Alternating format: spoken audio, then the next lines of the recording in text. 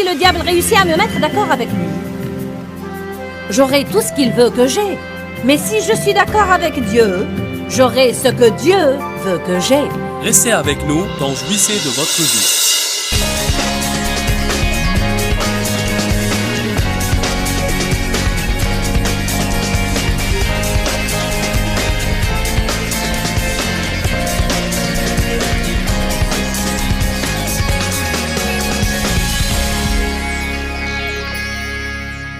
La pensée, la bouche, l'humeur et les attitudes. En fait, tout commence dans la pensée, n'est-ce pas? Père, nous te remercions pour ce message sur la pensée. Et puisque tu m'as guidé à partager ce message, alors je crois qu'il y a certainement des personnes qui ont besoin d'avoir la pensée renouvelée et qui ont à renverser régulièrement les mauvaises pensées. Nous commettons une grande erreur en acceptant toute pensée qui nous passe par la tête. Nous devons choisir nos pensées et le faire soigneusement. Je prie que les gens soient dorénavant sélectifs dans leurs pensées et qu'ils ne pensent pas à n'importe quelle chose qui leur passe par la tête, mais à des choses qui sont en accord avec ta volonté, pour qu'ils aient ta plénitude dans leur vie. Je prie que toute personne soit attentive et qu'il n'y ait pas de dérangement dans la salle. Je te remercie, Seigneur, pour les cœurs ouverts à recevoir ta parole, dans le nom de Jésus. Amen. Dites à la personne à côté de vous, qu'est-ce qui te préoccupait dernièrement? Je savais que ça vous ferait tous rire, parce que nous ne voulons raconter à personne ce qui nous préoccupait. Tout d'abord, il y a 3 écritures que vous pouvez noter chez vous. Pas besoin d'ouvrir vos Bibles. En fait, je vais en parler brièvement. C'est Proverbe 23:7 qui dit « Car l'homme est comme les pensées de son âme ». Une autre traduction dit « Car l'homme devient comme les pensées de son âme ». Et moi je dirais « Là où la pensée va, l'homme suivra ». Et cela est vraiment une chose étonnante quand vous y pensez. Ce à quoi nous pensons, nous finirons par le faire dans notre vie. Pourquoi j'ai appelé cette série La pensée, la bouche, l'humeur et les attitudes? Parce que vous allez voir plus tard que ce que vous avez à cœur ou dans vos pensées, s'il y demeure assez longtemps, il finira par sortir de votre bouche. Nous pourrions apprendre beaucoup de choses en écoutant ce que nous disons. En réalité, nous nous faisons des illusions à propos de l'attitude de notre cœur, alors que nous pouvons savoir quelle est la véritable condition de notre cœur en écoutant ce que nous disons. Et souvent, nous pouvons avoir de la rancune contre les autres dans notre cœur et nous ne l'admettons pas dans notre conscience. Mais si nous écoutons ce que nous disons d'eux et nous nous rendons compte de l'attitude que nous adoptons quand nous les rencontrons, alors nous saurons qu'il faudra faire quelque chose à cet égard. La tromperie est l'instrument préféré de Satan. Nous devons tous savoir ça. Être trompé veut dire qu'il y a quelque chose qui va mal, mais nous ne le savons pas. Il est bien caché et nous ne le confrontons pas. Ce que nous pensons est très important parce que ce que nous pensons finira par sortir par notre bouche. Et la Bible nous dit que nos paroles sont puissantes et que nous finirons par être ce que nous disons et que nos pensées influent sur notre humeur. Vous pouvez avoir beaucoup de pensées négatives et déprimantes et votre humeur commencera à suivre le mouvement de vos pensées. De plus, nos pensées influent sur notre attitude. Je suis sûre que vous avez entendu cette déclaration. Votre attitude dans la vie détermine votre altitude dans la vie. Si vous ne l'avez pas entendu, cela signifie que notre attitude détermine dans quelle mesure nous pouvons réussir dans notre vie, où nous pouvons en arriver dans nos affaires et où nous pouvons en arriver dans nos relations. Beaucoup de personnes ont de mauvaises attitudes aujourd'hui. Car l'homme est comme les pensées de son âme. Nous devons penser pleinement aux déclarations puissantes comme celle-ci, parce que vos pensées ainsi que les miennes déterminent la qualité de la vie que nous allons avoir dans l'avenir. Vous n'avez pas à penser à toute idée qui vous passe par la tête. Nous pouvons penser à des choses intentionnellement. Parfois, il serait bien de prendre du temps rien qu'à penser. Ensuite, il serait bien de faire des proclamations. Je veux dire par là que vous pouvez penser à des choses et les dire intentionnellement. N'acceptez pas toute pensée que Satan vous met dans la tête et ne permettez pas à tout ce qui vous passe par la tête de sortir par votre bouche. Voilà pourquoi nous avons maintenant des problèmes dans notre vie. Beaucoup d'entre vous, la vie que vous menez maintenant, je parle des personnes présentes dans cette salle et celles assises devant leur télé. Vous n'aimez pas la vie que vous menez maintenant, mais la vie que vous menez maintenant est le résultat des pensées sur lesquelles vous avez médité dans le passé et des paroles que vous avez dites. Ce n'est pas toujours dû à la malchance ou au diable qui vous poursuit. C'est dû souvent à notre façon de penser et de parler. Est-ce que vous savez que vos pensées et vos paroles déterminent la qualité de vie que vous avez maintenant et qu'elles détermineront la qualité de vie que vous allez avoir dans l'avenir? Toute votre vie, je veux que vous reteniez bien ceci. Si jamais vous oubliez tout ce que je dis maintenant, je veux que vous vous rappeliez de ça. Nous allons lire plus tard une écriture qui dit que nous avons à renverser les faux raisonnements. Les renverser veut dire que lorsque vous prenez conscience des fausses pensées que vous avez dans la tête, vous avez à choisir de ne pas y méditer. Combien vous aurez à faire ça et pour combien de temps? Tous les jours, toute votre vie.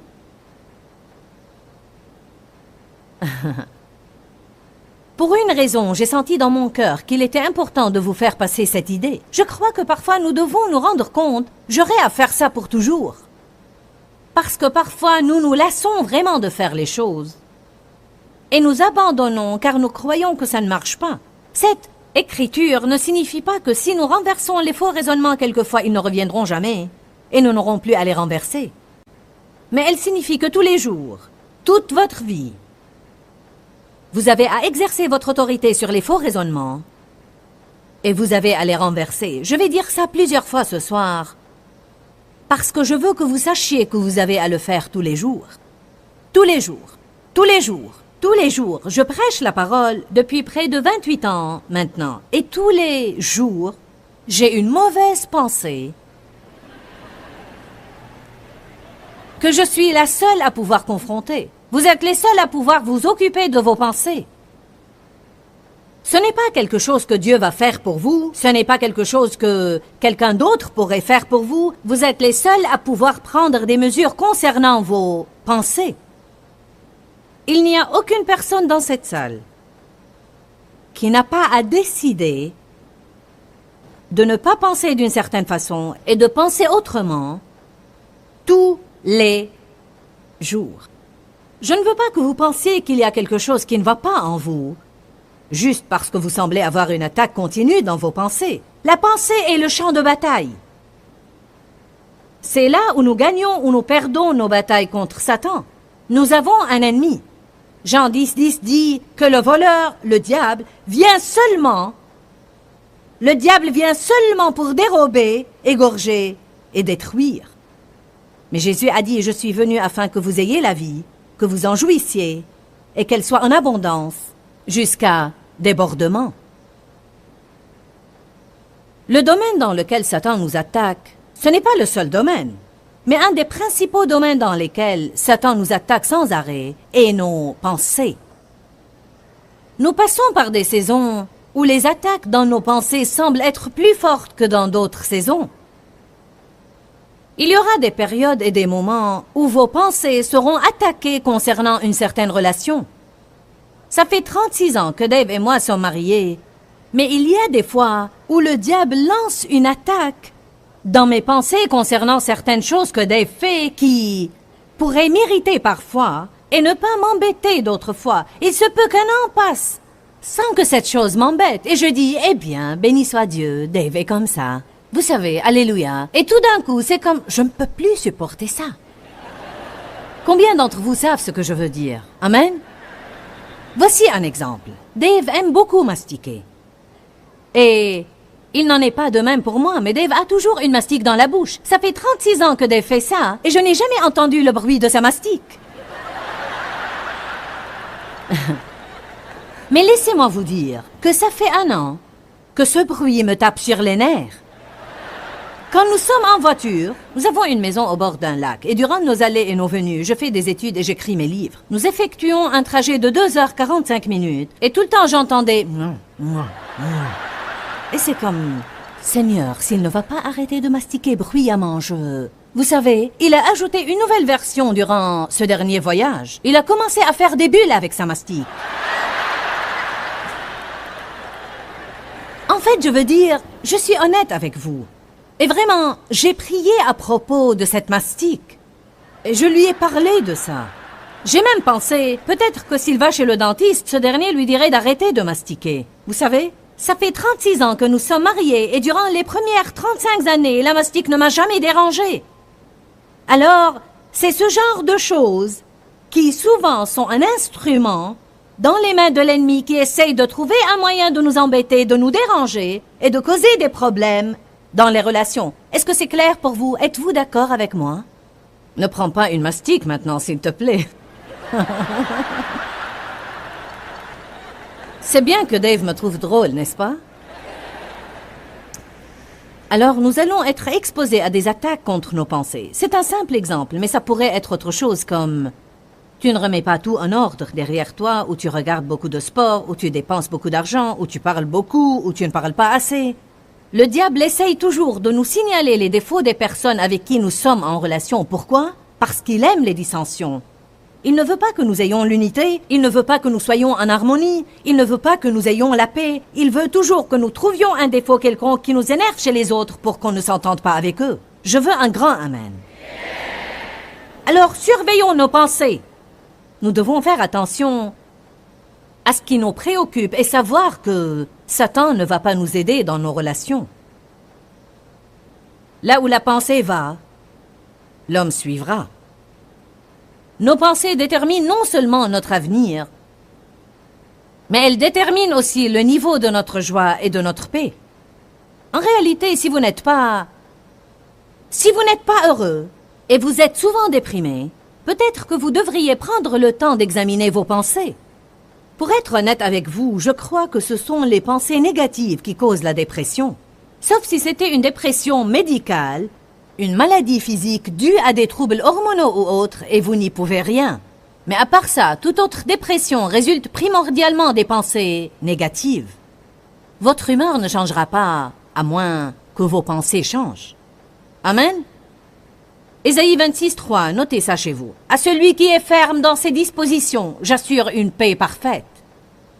Si je me préoccupe de ce qui est juste, mon niveau de joie augmentera sûrement. À celui qui est ferme dans ses dispositions, j'assure une paix parfaite. Romains 15, 13, notez ça aussi. Que le Dieu de l'espérance vous remplisse de toute joie et de toute paix dans la foi. Alors, comment puis-je être rempli de la joie et de la paix? Dans la foi. Pas dans le doute. Pas en étant négatif, mais dans la foi. Vous savez c'est quoi avoir la foi? Vous savez ce que cela veut dire tout simplement? Être positif. Interpréter les choses de la meilleure façon. Croire toujours le meilleur de tout le monde. En croyant, nous obtenons ce que nous croyons, ce que nous croyons, ce que nous pensons. Ce sur quoi nous méditons devient une réalité dans notre vie. Satan veut que nous pensions à ce qu'il nous met dans la tête, car non seulement Dieu a un plan pour votre vie, mais le diable aussi a un plan pour votre vie. Le saviez-vous? Non seulement Dieu a un plan pour votre vie, mais le diable a un plan pour votre vie. Non seulement Dieu a un plan pour mon ministère, mais le diable a un plan pour mon ministère. Allez maintenant. Satan veut que je sois d'accord avec lui, parce que la Bible dit que quand deux s'accordent, leur accord détient une puissance. Alors si le diable réussit à me mettre d'accord avec lui, j'aurai tout ce qu'il veut que j'ai. Mais si je suis d'accord avec Dieu, j'aurai ce que Dieu veut que j'ai. Je crois qu'il y a des personnes présentes dans cette salle et des personnes assises devant leur télé. Il faut que vous décidiez ce soir. Pendant que vous regardez ce programme, vous devez décider aujourd'hui avec qui vous allez vous mettre d'accord. Plusieurs d'entre nous aident le diable à les détruire. Parce que nous acceptons les pensées qu'il nous met dans la tête et nous les déclarons par notre propre bouche et nous nous accordons avec lui alors qu'il faut nous accorder avec Dieu. Romains chapitre 8 verset 5 confirme cette déclaration. Là où la pensée va, l'homme suivra. Écoutez ce que dit la Bible amplifiée. Ceux qui vivent selon la chair et qui sont dominés par ses désirs impies s'affectionnent à et cherchent les choses qui satisfont la chair. Tandis que ceux qui vivent selon l'esprit et qui sont dominés par les désirs de l'esprit s'affectionnent aux choses qui font plaisir au Saint-Esprit. Alors cette écriture dit tout simplement que si nous marchons dans la chair, c'est parce que nous sommes préoccupés par les choses de la chair. Et si nous marchons dans l'esprit, c'est parce que nous sommes préoccupés par les choses de l'esprit.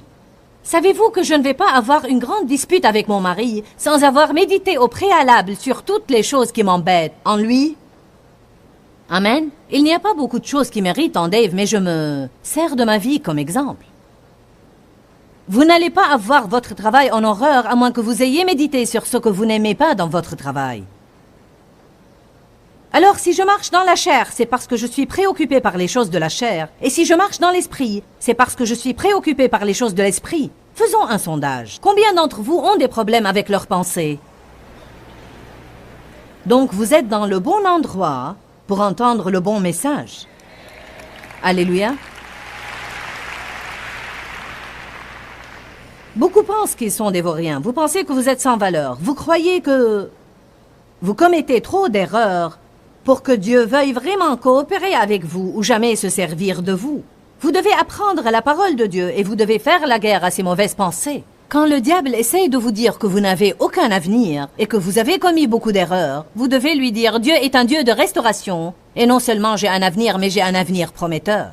Dieu va faire de merveilleuses choses dans ma vie. » La meilleure façon d'interrompre une façon de penser est de faire des déclarations par votre propre bouche. Vous devez répondre insolemment au diable. Il est important d'apprendre à répondre insolemment au diable. Tous les jours de ma vie, je suis attaqué par des pensées qui, je sais, ne sont pas en accord avec la parole de Dieu, et j'ai à déclarer par ma propre bouche ce que la parole de Dieu dit. Ceci interrompt ces pensées et empêche Satan de me remplir la tête de ses ordures. Nos pensées créent un moule pour nos actions. Je veux que vous imaginiez cela avec moi. Imaginez une bétonnière, un camion plein de béton.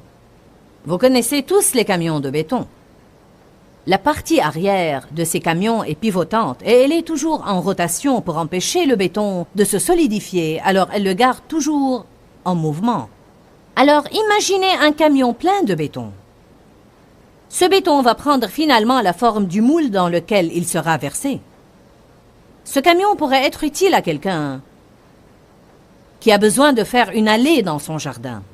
Mais on ne va pas tout simplement verser ce béton dans le jardin de cette personne en espérant qu'une allée se formera. Un moule est censé être déjà disposé pour y verser le béton. Peut-être qu'il va être versé dans le moule d'une cour intérieure, ou peut-être un mur de soutien, une allée, une rue ou les fondations d'une maison. Le béton ne peut prendre aucune forme à moins qu'il soit versé dans un moule. Alors nos pensées sont comme ce moule. Nos pensées créent une forme dans laquelle Dieu répand sa puissance pour accomplir une œuvre dans notre vie. De même, nos pensées peuvent créer une forme pour Satan afin qu'il verse sa puissance maléfique dedans pour accomplir de mauvaises œuvres dans notre vie. Par exemple, si je pense longtemps ou souvent au mal qu'une personne quelconque a commis envers moi, comment elle m'a blessé, elle a fait des commérages sur moi, elle m'a menti ou m'a dit des mots blessants, il me serait quasiment impossible de la traiter bien ou comme si de rien n'était quand je la rencontrerai. Beaucoup de personnes ont des mauvaises pensées des autres et ils essayent d'être en relation avec eux. Ceci est impossible. C'est impossible. Mes pensées sont une graine que je sème qui crée une attitude en moi, une attitude qui se manifeste à travers mes actions. Je veux que vous disiez avec moi, mes pensées sont une graine que je sème pour récolter une attitude qui devient plus tard une action. Faites bien attention comment vous pensez des autres personnes.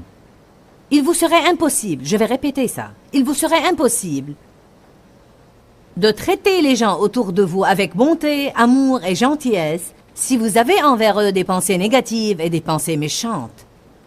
Parce qu'en fait, nous croyons que nos pensées sont cachées et que personne n'en est conscient, mais elles vont se manifester. Nos pensées se manifestent à travers nos attitudes et notre langage corporel. Elles se manifestent à travers nos paroles et elles se manifestent à travers nos actions. La Bible dit dans 2 Corinthiens chapitre 10 que nous avons à renverser les fausses pensées et les faux raisonnements qui ne sont pas en accord avec la parole de Dieu. Alors vous avez à exercer votre autorité sur vos pensées. Vous êtes responsable de vos pensées. Pensez à ce que je viens de dire. Vous êtes responsable de vos pensées. Vos pensées déterminent votre avenir et votre niveau de joie et de paix également. Jésus est mort afin que vous jouissiez de votre vie, que vous ayez la paix, que vous marchiez dans la justice et que vous jouissiez de toutes bonnes choses que Dieu veut que vous ayez. Mais la Bible nous dit dans Romains 12:12 que nous avons à renouveler nos pensées selon la parole de Dieu. Pourquoi, Seigneur, pourquoi? Dans ce livret, Joyce Meyer nous enseigne à travers la parole comment être délivré de la confusion. Pour obtenir ce livret gratuitement, écrivez-nous à Joyce Meyer, boîte postale 40095-6300, Larnaca, Chypre. Ou bien visitez notre site web www.joycemeyer.org/fr.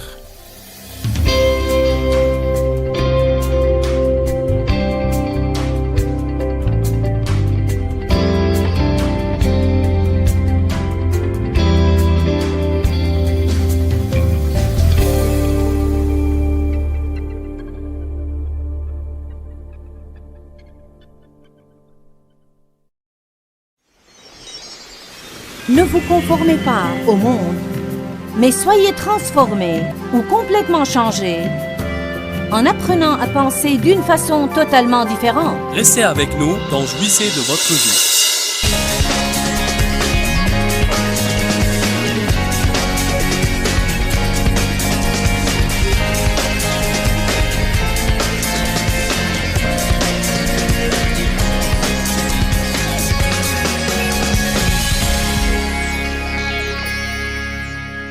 Vous devez rester au lit le matin avant de vous lever et décider de penser à ce qui est juste.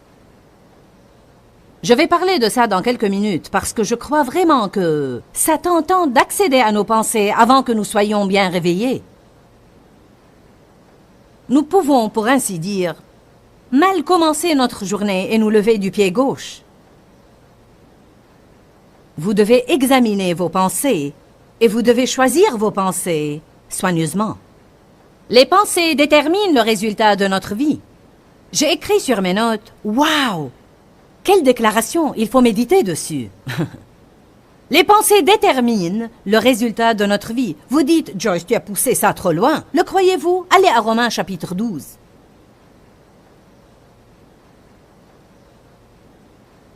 C'est un message de base et fondamental que nous avons tous besoin d'entendre de temps en temps, juste pour rester en accord avec la parole de Dieu.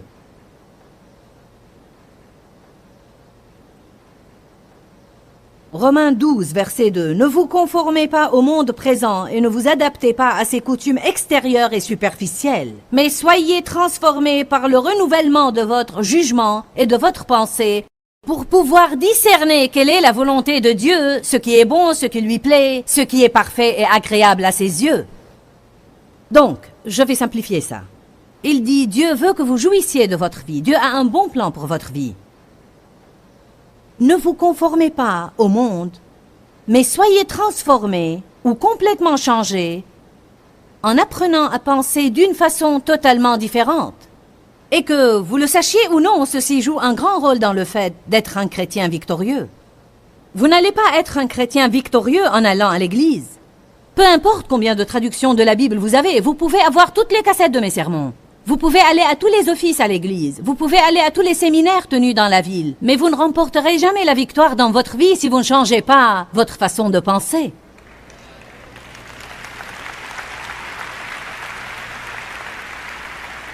Cela m'exaspère vraiment Quand je pense à toutes les années durant lesquelles j'ai essayé de servir le Seigneur et personne ne m'a dit ça. Personne ne m'a jamais dit ce que je suis en train de vous dire. Je crois que c'est une tragédie. Je demande au grand nombre de personnes, aux millions qui nous regardent partout dans le monde, combien d'entre vous n'ont jamais entendu ça?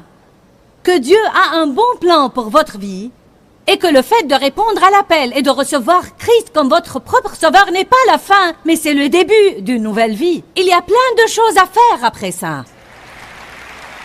La façon dont vous pensez de vous-même influe sur ce que Dieu peut faire à travers vous. Alors certains d'entre vous doivent renouveler la façon dont ils pensent d'eux-mêmes. Vous devez penser différemment à votre passé. Vous devez penser différemment à votre avenir. Vous devez voir vos finances d'une façon différente. Arrêtez de vous regarder dans le miroir et de dire « tu es laid, tu es ceci, tu es cela » et autre chose.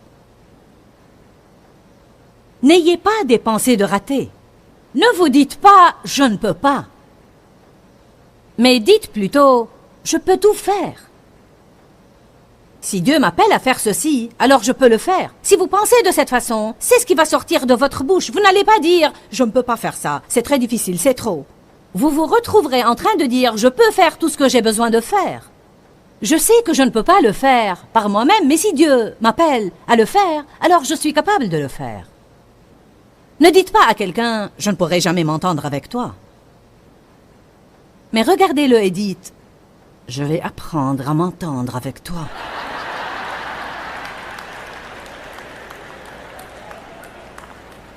Écoutez ça. Le mot « conformer » signifie avoir la même forme que, être en harmonie avec, être en accord avec, s'adapter à. Il dit « ne vous conformez pas au monde présent ». Alors il dit « ne prenez pas la forme de ce monde. N'adoptez pas l'attitude du monde. N'agissez pas comme le monde. Ne ressemblez pas au monde. Ne vous adaptez pas au monde. Mais soyez transformés. » Le préfixe « trans » signifie se déplacer d'un endroit à un autre. Alors, je crois qu'il y avait une compagnie de transport aérien, je ne sais pas si elle existe toujours, qui s'appelait Transatlantic Airlines. En fait, on l'a appelé transatlantique parce qu'on disait que cet avion pouvait démarrer d'ici, de ce côté de l'océan, et vous c'est-à-dire vous transporter par-delà l'océan Atlantique vers un endroit complètement différent, vers un autre pays. Bon, Dieu nous dit, ne vous conformez pas au monde présent, mais soyez transformés ou soyez transportés d'un endroit à un autre qui soit complètement différent par le renouvellement total ou entier de votre pensée. Comment ma vie va-t-elle changer? Par le renouvellement total de ma pensée. Je dois apprendre à penser différemment.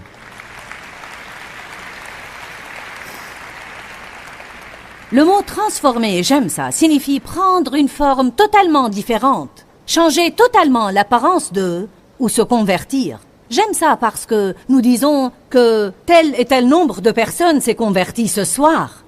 En fait, ce qui s'est passé, c'est qu'ils ont eu l'occasion d'avoir toute une nouvelle vie. Mais s'ils se conforment au monde au lieu d'être transformés par le renouvellement de leurs pensées, ils ne jouiront jamais de ce que Jésus est mort pour leur donner. Je suis en mission. J'ai souffert pour des années en tant que chrétienne. J'ai dit, j'ai souffert en tant que chrétienne. J'aimais le Seigneur, me comprenez-vous? J'étais née de nouveau. Je serais allée au ciel si j'étais morte, mais je ne jouissais pas de mon voyage. Je ne jouissais pas de ma vie. J'ai reçu de Dieu le mandat d'aider les croyants à grandir, à mûrir, et à apprendre comment agir dans leur vie quotidienne afin qu'ils puissent jouir de ce que Jésus leur a donné par sa mort. Jésus ne veut pas que nous soyons misérables et d'essayer à peine de survivre jusqu'à ce qu'il revienne pour nous prendre. Nous sommes censés être extrêmement remplis de joie et remplis de paix et un exemple pour tous ceux qui nous entourent. Nous devons décider toujours de penser comme il faut. Votre vie ne va pas changer parce que vous avez pensé juste une seule fois. Elle ne va pas changer parce que nous avons fait ce qui est juste une seule fois. Vous avez à le faire encore, et encore, et encore, et encore, et encore, et encore.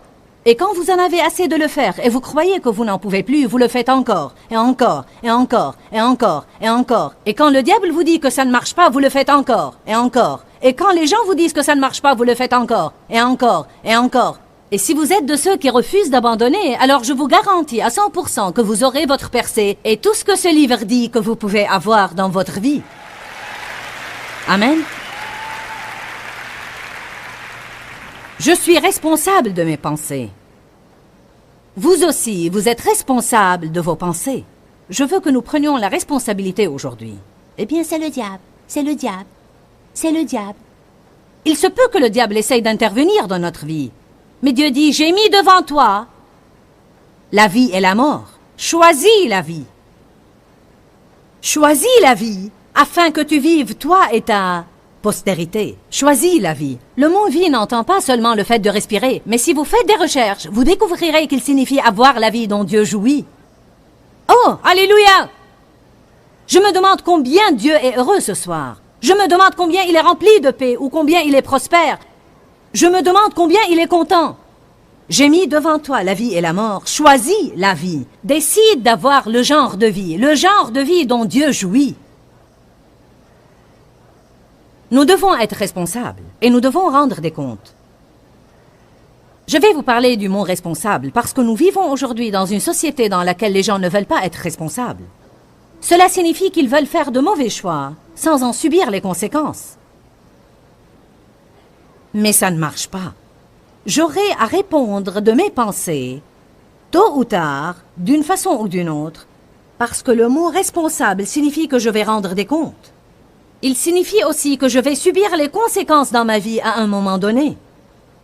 Être responsable veut dire que vous ne pouvez pas éviter les conséquences des choses. Certains d'entre vous et de ceux qui sont assis devant leur télé n'aiment pas du tout ce qui se passe dans leur vie maintenant. Mais la réalité, c'est que vous êtes maintenant en train de rendre compte des différentes choses que vous avez faites dans le passé, alors que vous saviez peut-être en votre fort intérieur que vous n'étiez pas censé les faire, mais vous aviez espéré pouvoir vous en sortir. N'espérez-vous pas toujours être parmi ceux qui font le mauvais choix et arrivent à s'en sortir? J'espère que je pourrai manger tous ces bonbons sans grossir. J'espère que je pourrai être toujours en pleine forme, même si je ne fais pas l'effort de faire du sport. Amen. Mon mari fait du sport dès son adolescence. Et Dave a maintenant 63 ans. Il est toujours athlétique, en pleine forme, bien dans sa peau. Je veux dire, il n'a toujours pas la peau flasque. Alors que moi, je n'aime pas faire du sport et je n'ai jamais été bonne en sport. Mais il y a une dizaine d'années, je me suis réveillée un matin et tout ce qui était ici avait dégringolé en bas. Je voulais bien que mes muscles soient toujours en bonne forme, mais je rends les comptes maintenant. Amen. Vous comprenez ce que je dis, n'est-ce pas? Nous mangeons à l'excès en espérant ne pas grossir. Et nous dépensons de l'argent que nous n'avons pas et nous espérons avoir un miracle ou que Dieu intervienne d'une façon ou d'une autre et nous donne un miracle. Combien de personnes disent « Je sais qu'il ne faut pas faire ceci, mais... » Je sais qu'il ne faut pas dire cela, mais... Ni agir comme ça, mais... Je sais que je dois te pardonner, mais... C'est comme si nous disions « Je suis en train de faire un mauvais choix, mais j'espère pouvoir en sortir. » Allez maintenant, je prêche bien ce soir.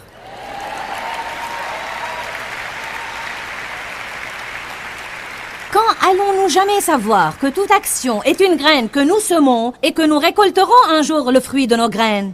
Nos paroles sont des graines, nos pensées sont des graines, nos attitudes sont des graines et nos actions sont des graines. On récolte ce que l'on sème. Ne vous y trompez pas, on ne se moque pas de Dieu. L'homme ne moissonnera que ce qu'il aura semé. Semez la miséricorde, vous récolterez la miséricorde. Semez le jugement, vous récolterez le jugement. Si vous êtes gentil avec les gens, quelqu'un sera gentil avec vous. Si vous subvenez aux besoins des autres, quand vous aurez besoin de quelque chose, vous aurez semé des graines et Dieu vous fera récolter dans votre vie. Je vous dis, si vous n'aimez pas votre vie maintenant, occupez-vous à semer de bonnes graines et je vous dis, après 4 ou 5 ou 6 ans, vous allez aimer votre vie.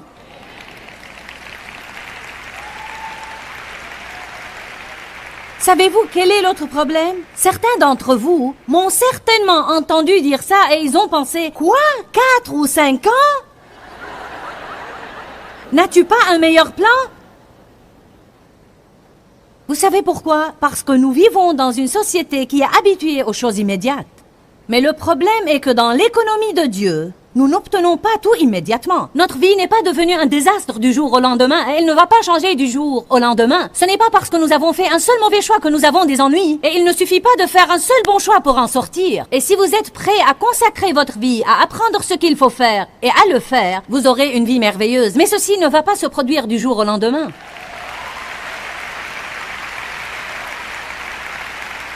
Une des choses que vous aurez à faire est d'écouter de tels enseignements.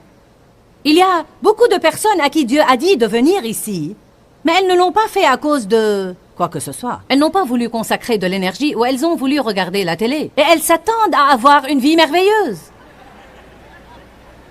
Vous êtes en train de semer par votre présence ici. Beaucoup d'entre vous sont venus d'autres pays, comme le Canada. Vous ne vivez même pas ici, mais vous avez voyagé, vous avez payé pour l'hôtel et pour la babysitter, vous avez pris un congé, vous avez pris quelques jours de vacances et vous êtes en train de semer, mais plus tard vous allez récolter dans votre vie.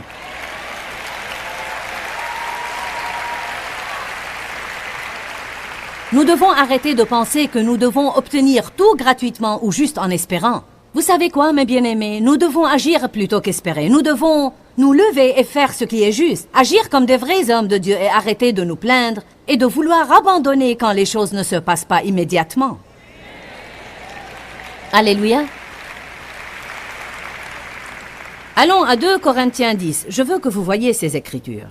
Peut-être que vous les connaissez, mais ce serait bien de les revoir. Et peut-être qu'il y a quelqu'un d'entre vous qui n'a jamais vu ces écritures. 2 Corinthiens chapitre 10.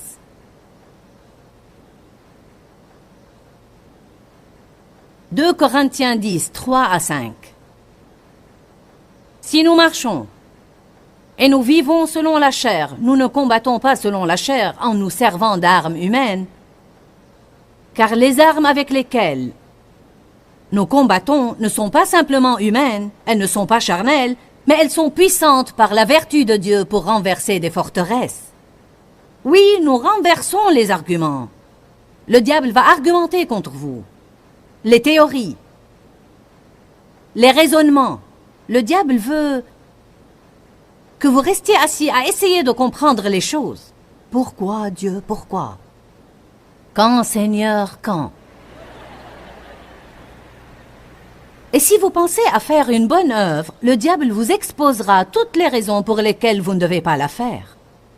Nous renversons les raisonnements et toute hauteur qui s'élève contre la connaissance de Dieu et nous amenons toute pensée et nous amenons toute résolution captive à l'obéissance de Jésus-Christ. Il dit, toute pensée qui vous passe par la tête et qui n'est pas en accord avec la parole de Dieu, nous la rendons prisonnière et nous l'éloignons pour qu'elle puisse être changée et devienne obéissante à Jésus-Christ.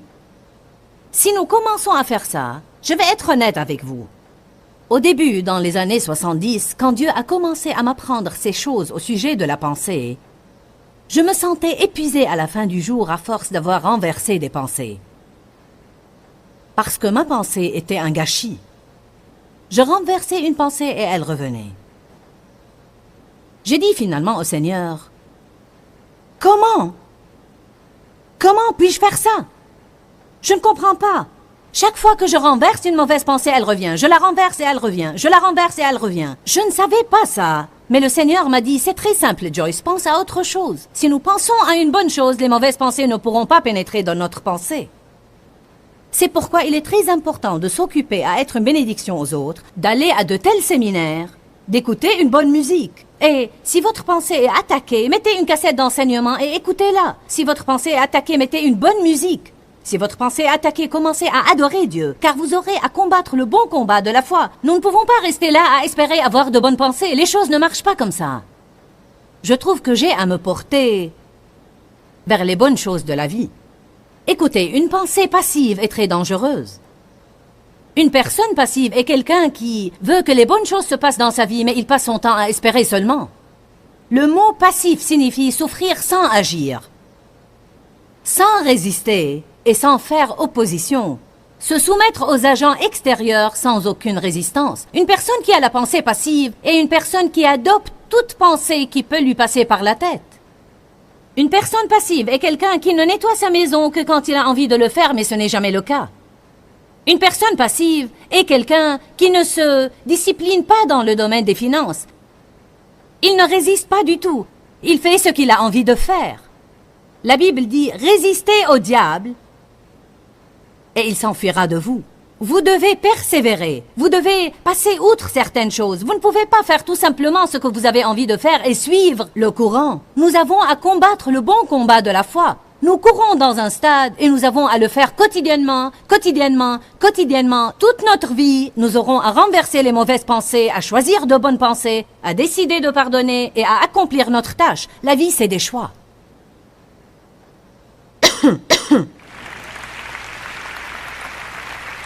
Pendant le temps qui me reste, je vais vous parler de la pensée de Christ et du fait d'ajuster nos pensées. Tout d'abord, Colossiens 3 dit « Concentrez votre attention sur les choses d'en haut ». Nous n'allons pas ouvrir nos livres afin de gagner du temps, mais il dit « Affectionnez-vous aux choses d'en haut et non à celles qui sont sur la terre, car vous êtes morts et votre vie est cachée avec Christ en Dieu ».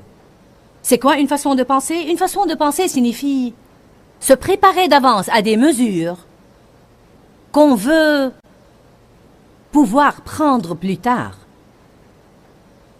Nous pouvons nous préparer convenablement à faire face à une situation difficile en décidant d'avance. Quelles que soient les circonstances, nous pouvons le faire. Dave, mon mari, me dit souvent qu'il n'a pas du mal à faire face à certaines situations ou circonstances parce qu'il sait décider à l'avance comment les affronter. La Bible dit dans 2 Corinthiens chapitre 10 que nous avons à renverser les fausses pensées et les faux raisonnements qui ne sont pas en accord avec la parole de Dieu. Alors vous avez à exercer votre autorité sur vos pensées. Vous êtes responsable de vos pensées. Pensez à ce que je viens de dire. Vous êtes responsable de vos pensées. Vos pensées déterminent votre avenir et votre niveau de joie et de paix également. Jésus est mort afin que vous jouissiez de votre vie, que vous ayez la paix, que vous marchiez dans la justice et que vous jouissiez de toutes bonnes choses que Dieu veut que vous ayez. Pourquoi, Seigneur, pourquoi? Dans ce livret, Joyce Meyer nous enseigne à travers la parole comment être délivré de la confusion. Pour obtenir ce livret gratuitement, écrivez-nous à Joyce Meyer, boîte postale 40095-6300, Larnaca, Chypre. Ou bien visitez notre site web www.joycemeyer.org/fr.